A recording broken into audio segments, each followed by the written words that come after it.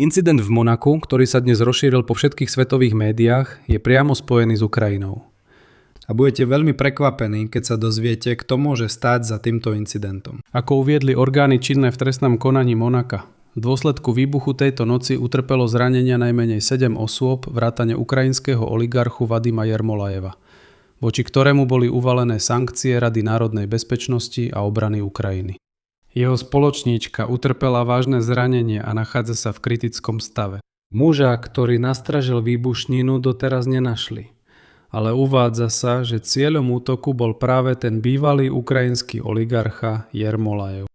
A práve kriminálne pozadie Jermolajeva nie je spojené len s ukrajinskými sankciami, ale aj s medzinárodnými zločineckými syndikátmi, ktorých zástupcov udal Interpolu syn tohto oligarchu, ktorý uzavrel dohodu s vyšetrovateľmi v Estónsku.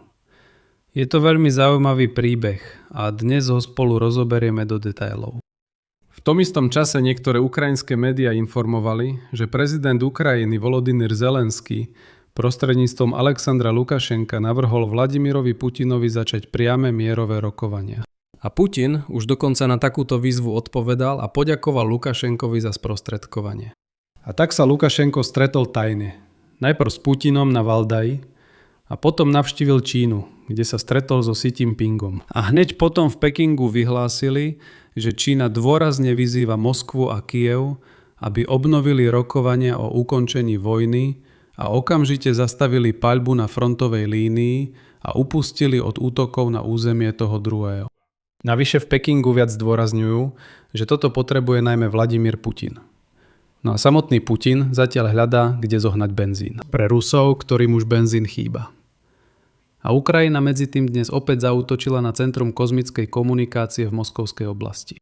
Čo je dôležité, pretože práve toto centrum koordinuje všetku komunikáciu ruských okupantov na Ukrajine. Celkovo sa v tejto časti podrobne porozprávame o všetkých týchto témach.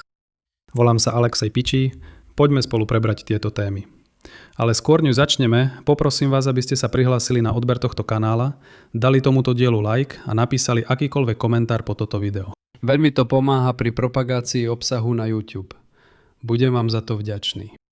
Takže, poďme začať tou najvýraznejšou správou dňa. Je to teroristický útok v Monaku. V pondelok 29. júna došlo k silnému výbuchu v obytnom dome v kniežatstve Monaka. Informuje o tom Le Figaro. Podľa údajov denníka sa incident odohral na ulici Reverend Père Louis Frola okolo 9. hodiny večer miestneho času, tesne pred výbuchom. Známy muž, ktorého zachytili kamery videomonitoringu, nechal ruksak pred vchodovými dverami do tohto domu a utiekol smerom k susednému, už francúzskemu mestu Bassey-Bassalej. Výbušné zariadenie explodovalo práve vo chvíli, keď do budovy vchádzali ľudia. Konkrétne aj ten ukrajinský oligarcha. Uvádza sa, že zranených bolo najmenej 7 ľudí. Zdroje francúzskeho televízneho kanála BFM TV upresnili, že medzi nimi je aj ukrajinský podnikateľ Vadim Jermolajev, jeho spoločníčka a 13-ročný syn. Podnikateľ, ako ho nazývajú, bol spolu s manželkou hospitalizovaný a nachádzajú sa vo vážnom stave. Prokurátor Monaka Thibaut Stefan oznámil, že život tínedžera nie je v ohrození. A ďalej uvedien citát predsedu vlády Monaka Christopha Mirmana. Pravdepodobne ide o teroristický čin. Pokiaľ viem, je to prvý takýto prípad v histórii kniežatstva. Tiež dodal, že podľa predbežných údajov bolo výbušné zariadenie naplnené skrutkami a kovovým brokom na zvýšenie ničivej sily. A v súčasnosti orgány činné v trestnom konaní hľadajú podozrivého, ktorý nechal batok s výbušninou pri dome. Uvádza sa, že všetkých zranených hospitalizovali v nemocniciach v Nice a Monaku. Stav jedného z nich je hodnotený ako kritický. Konkrétne žena s radou zranených, ktorú označujú za partnerku oligarchu Jermolajeva, utrpela ťažké zranenia a je v najvážnejšom stave. V dôsledku výbuchu jej otrhlo dolné končatiny. Samotný Jermolajev utrpel popáleniny a poranenia od črepín. Podrobnosti o jeho stave zatiaľ nie sú známe. No a k utorkovému ránu boli všetci traja zranení nažive. Prokuratúra v Nice už začala vyšetrovanie pre podozrenie zo zločinného sprisahania, nelegálneho držania a použitia výbušnín a prípad bol postúpený medziodborovej službe justičnej polície.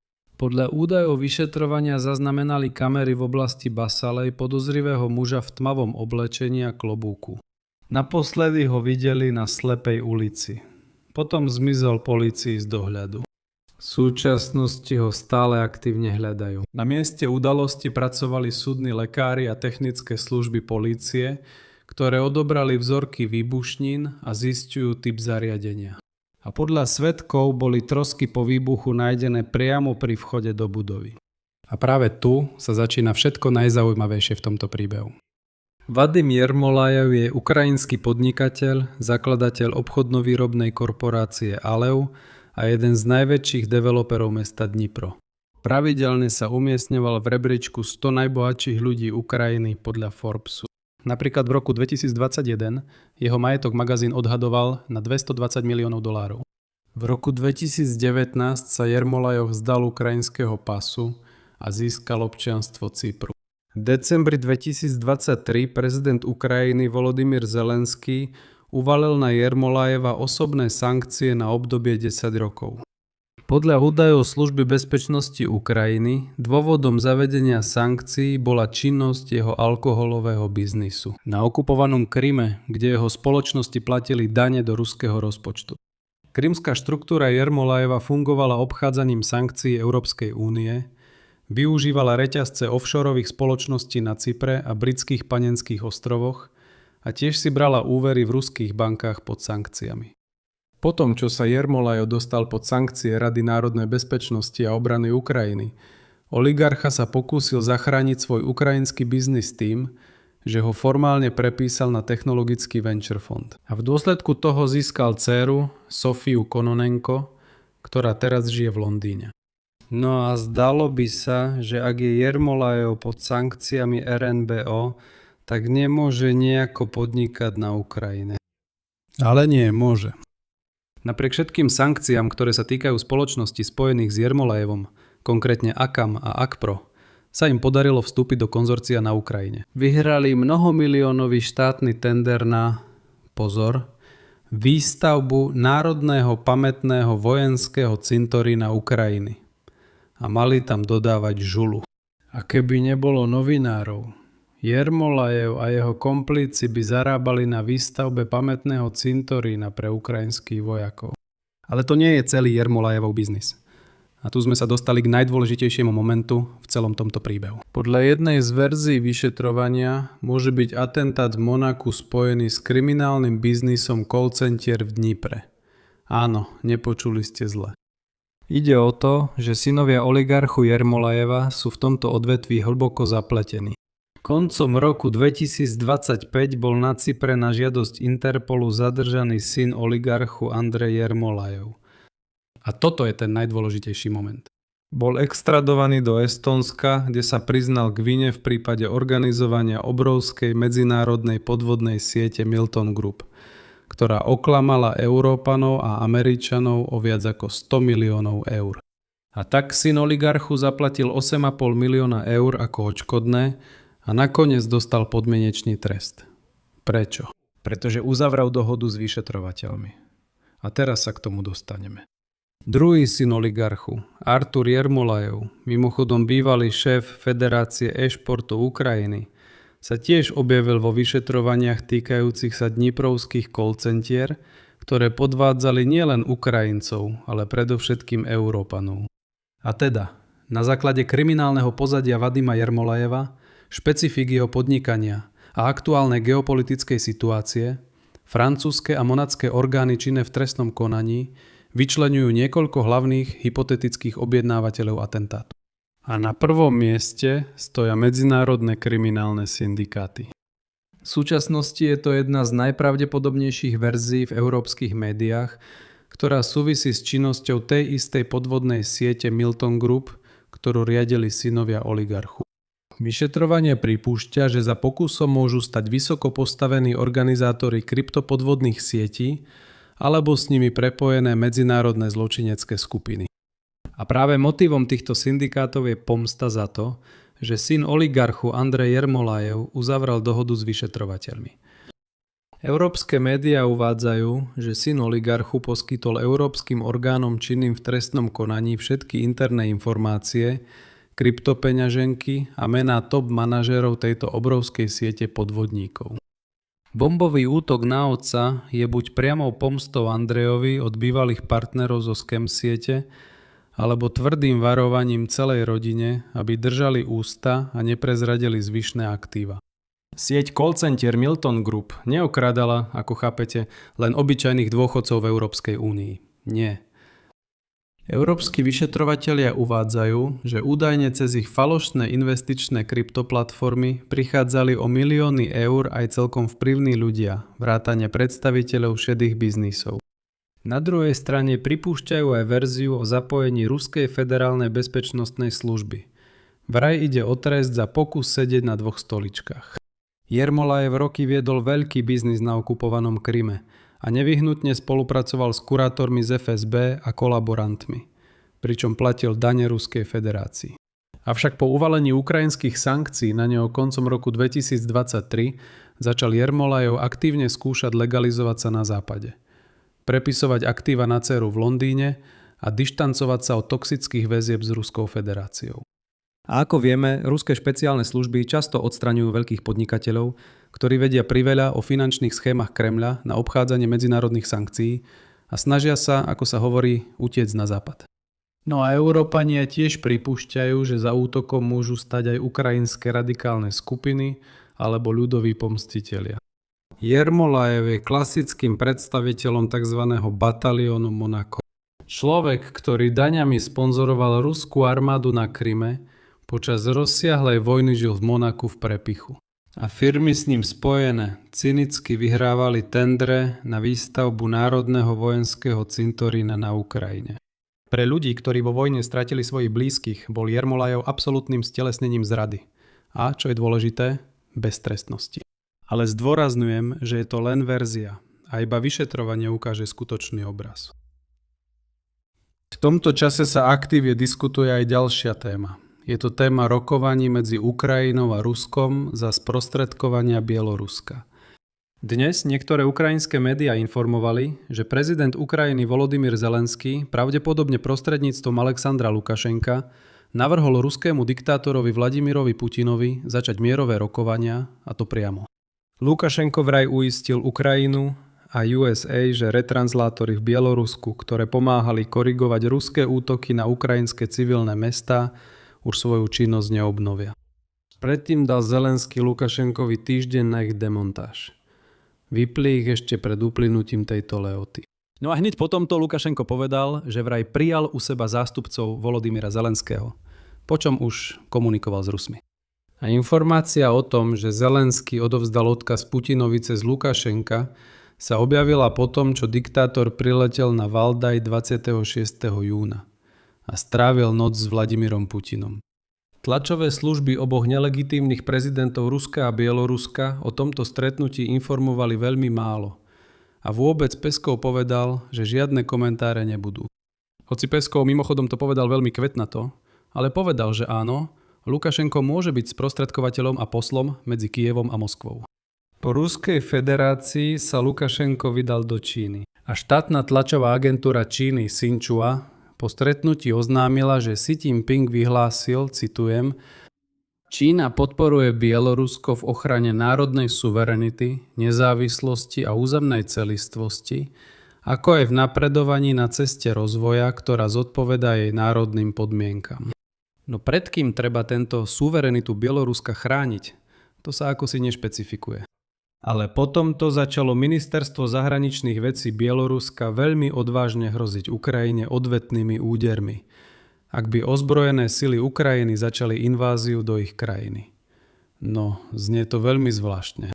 Ale ak sme spomenuli retransláciu operátorov v Bielorusku, stojí za zmienku aj to, že Ukrajina momentálne jednoducho ničí všetku kozmickú komunikáciu Ruska. Konkrétne bol opätovne napadnutý najväčší ruský kozmický komunikačný uzol Dubna. V dôsledku útoku tejto noci na centrum zahynul jeden z ruských vojakov.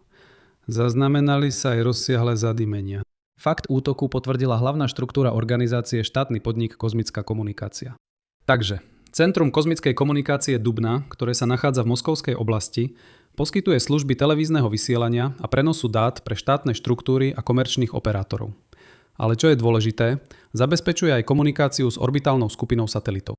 A pripomeniem tu, že Vladimír Putin sa nedávno pochválil, že vraj vytvárajú analóg Starlinku a dokonca už vypustili prvé satelity. Takže, Centrum kozmickej komunikácie Dubna je práve to centrum, ktoré riadi túto skupinu satelitov. Bez neho žiadny analóg Starlinku jednoducho nebude. A tu Ukrajina už druhýkrát útočí na toto centrum kozmickej komunikácie. No ale vráťme sa k téme rokovaní. Po návšteve Lukašenka Peking dôrazne vyzýva Moskvu a Kyjev, aby obnovili rokovania o ukončení vojny. O tom informoval zástupca stáleho predstaviteľa Číny pri Organizácii spojených národov Sun Lei. Nasleduje jeho citát.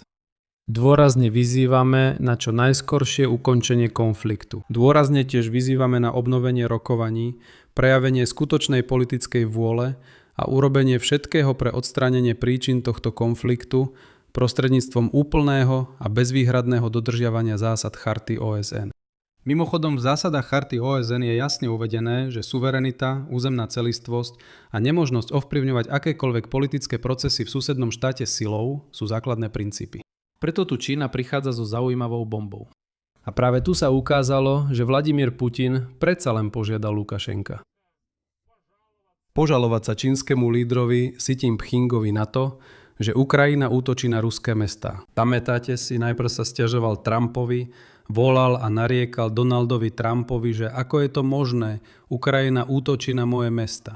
Veď som si myslel, že len ja môžem útočiť na ukrajinské mestá. Ukazuje sa, že túto hru môžu hrať obe strany. Takže dnes ten istý zástupca Číny poznamenal, že vojenský konflikt čoraz viac zasahuje civilný priestor. A tomu treba urobiť koniec. Citujem. Tým trpia nevinní civilisti. Čína si zachováva objektívny a nestranný postoj k ukrajinskej otázke. Udržiava kontakty so všetkými stranami a neúnavne podporuje mierové rokovanie. Pripomínam, že Vladimír Putin už dvakrát za posledný týždeň vyhlásil pripravenosť vrátiť sa k rokovaniam o ukončení vojny na Ukrajine. 23. júna navrhol obnoviť dialog na základe istanbulských dohôd, ako aj s prihliadnutím na modality, o ktorých sa diskutovalo v Anchorage s prezidentom USA Donaldom Trumpom a na základe reálnej situácie na Zemi. Podotýkam, že deň predtým sa Putin priznal, že v Anchorage skutočne neboli žiadne dohody. Hovorí, no áno, sadli sme si, porozprávali sme sa, Američania nám tam niečo navrhovali a to je všetko. Ešte raz to zopakujem, už som to hovoril v predchádzajúcej časti, som zvedavý na týchto Peskova, Lavrova, Medvedeva, Ušakova a tak ďalej. Už ani nehovorím o ruských propagandistoch, ktorí takmer rok rozprávali o nejakom duchu Anchorage, o nejakých dohodách medzi Trumpom a Putinom na Aliaške. Že vraj prečo nikto nedodržiava tieto dohody? Ako je to možné? Európania nám prekážajú a tak ďalej. A teraz vystúpi ich vlastný diktátor Vladimír Putin a povie, vtedy žiadne dohody neboli. Aké dohody? O čom to hovoríte? Naozaj neboli. A títo propagandisti teraz jednoducho znokli. A čo je paradoxné, ruský dobytok, ľud, nijako nereaguje. Predstavte si, takmer rok im vymývali mozgy, že existujú nejaké dohody. Teraz Putin hovorí, nie, žiadne nie sú. A Rusi na to, aha, okej, nie sú. To je všetko. Okrem toho, 28.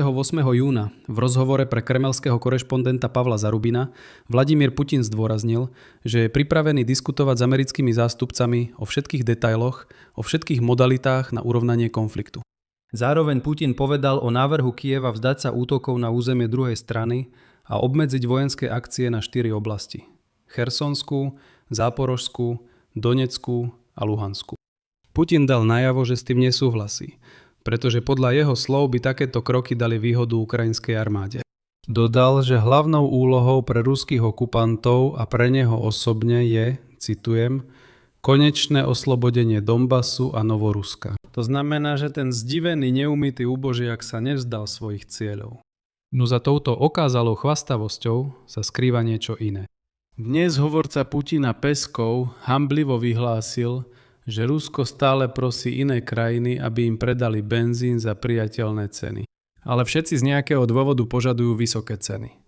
Dokonca aj za ten benzín, ktorý bol vyrobený z ruskej ropy. Citujem. Kontakty prebiehajú. Ak sa dosiahne dohoda o priateľných cenách, bude sa to realizovať.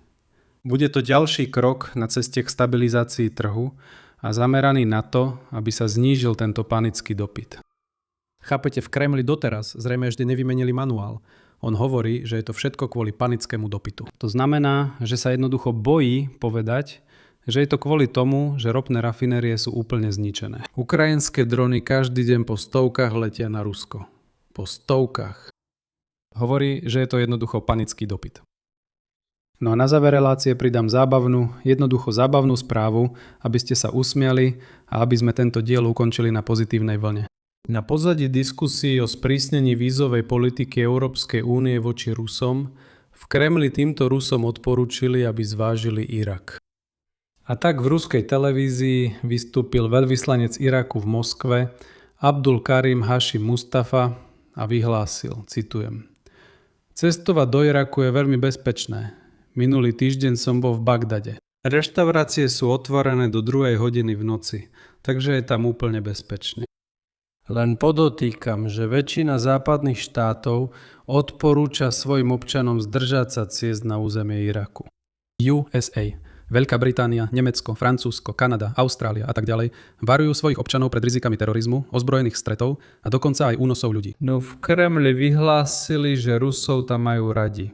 A už spustili 2 priame lety týždenne medzi Moskvou a Bagdadom. Takže Rusi, ak sú pre vás napríklad Nice, Monako alebo akékoľvek európske letoviska zatvorené, nuž, vitajte v Severnej Kórei a teraz aj v Iraku. Nech sa páči, tu máte turizmus vašej úrovne. To je všetko, čo si vôbec zaslúžite. To, čo si zaslúžite, to ste aj dostali. Tu dám 3 bodky. Váš názor, vaše závery píšte do komentárov pod týmto videom. Prihláste sa na odber kanála, stlačte zvonček a nezabudnite dať like. To je všetko. Dávajte na seba pozor. Majte sa.